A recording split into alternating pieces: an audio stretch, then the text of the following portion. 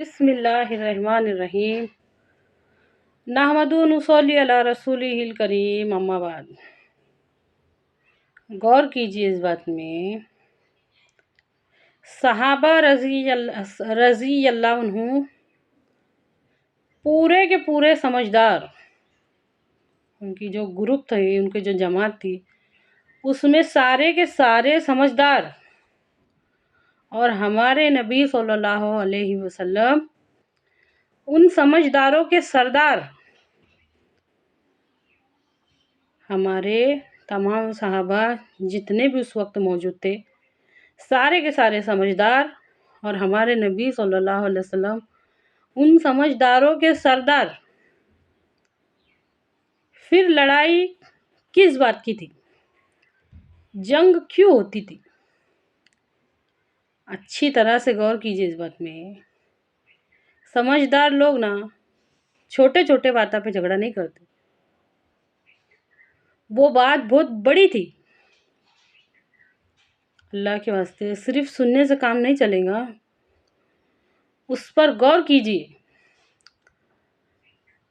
اللہ پر ایمان لانے والے دنیا میں بھلائی قائم کرنا چاہتے تھے۔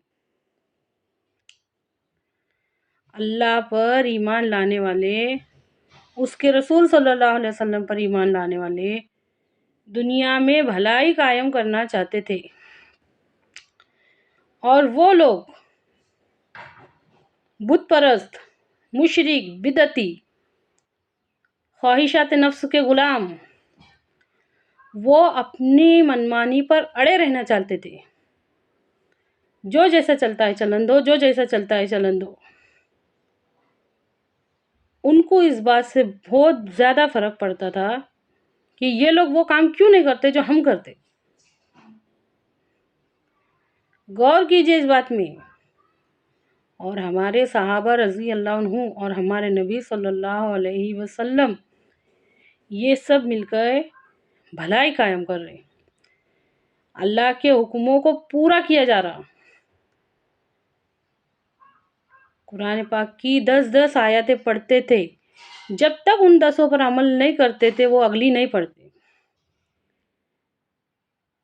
اور یہ جو مکہ کے مشرک، بدعتی، جو بھی، ان لوگ اپنی برائی پر اڑے رہنا چاہتے تھے۔ آپ ذرا غور کر کے دیکھو کہ وہ کیا وجہ تھی جس کو آج ہم کچھ بھی سمجھنے کے واسطے تیار نہیں ہے۔ ہمارے نزدیک ان سب باتوں کی کوئی بھی اہمیت نہیں ہے۔ ذرا غور کر کے دیکھو، کیا وہ بڑی بات تھی یا وہ چھوٹی بات تھی؟ کیا وہ بات اس قابل ہی نہیں ہے کہ ہم پوری زندگی ہماری گزر جائے نہ ہم اس کے اوپر غور بھی نہ کریں کہ آخر وہ جنگیں ہوتی کیوں تھی، کیا چاہتے تھے، مشن کیا تھا ہمارے نبی صلی اللہ علیہ وسلم کا، صحابہ رضی اللہ عنہ کو؟ دنیا میں اسلام لانا، سلامتی والا دین لانا، دنیا میں بھلائی قائم ہونا۔ آج ہم کو ان سب باتوں سے کوئی لینا دینا نہیں ہے۔ ہر کوئی اپنے اپنے لیے جیتا ہے، اپنی فیملی کے لیے جیتا ہے۔ اچھی طرح سے غور کیجیے اس بات میں۔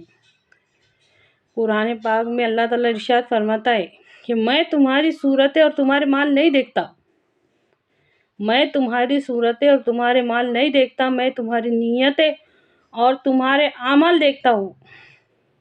ہماری نیتوں کا اور ہمارے اعمال کا سارا دار و مدار ہمارے ارادے اور اختیار پر ہے، ہمارے ارادے اور اختیار پر ہے۔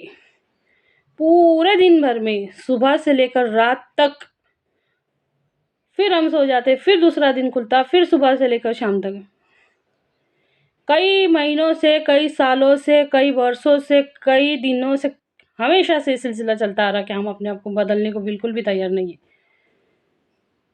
صبح ہوتی ہے، شام ہوتی ہے، زندگی تمام ہوتی ہے، ہمارے ارادے کس چیز کے بن رہے ہیں، ہم عمل کس چیز پہ کر رہے ہیں، اور ان سب باتوں میں کب ہم نے غور کرے؟ غور کر کے دیکھو۔ میں تمہاری صورتوں کو اور تمہارے مال کو نہیں دیکھتا، میں تمہاری نیتوں کو اور تمہارے اعمال کو دیکھتا ہوں، اللہ تعالیٰ فرماتا۔ ہم ہمارے ارادے کو اور اختیار کو کہاں لگا رہے؟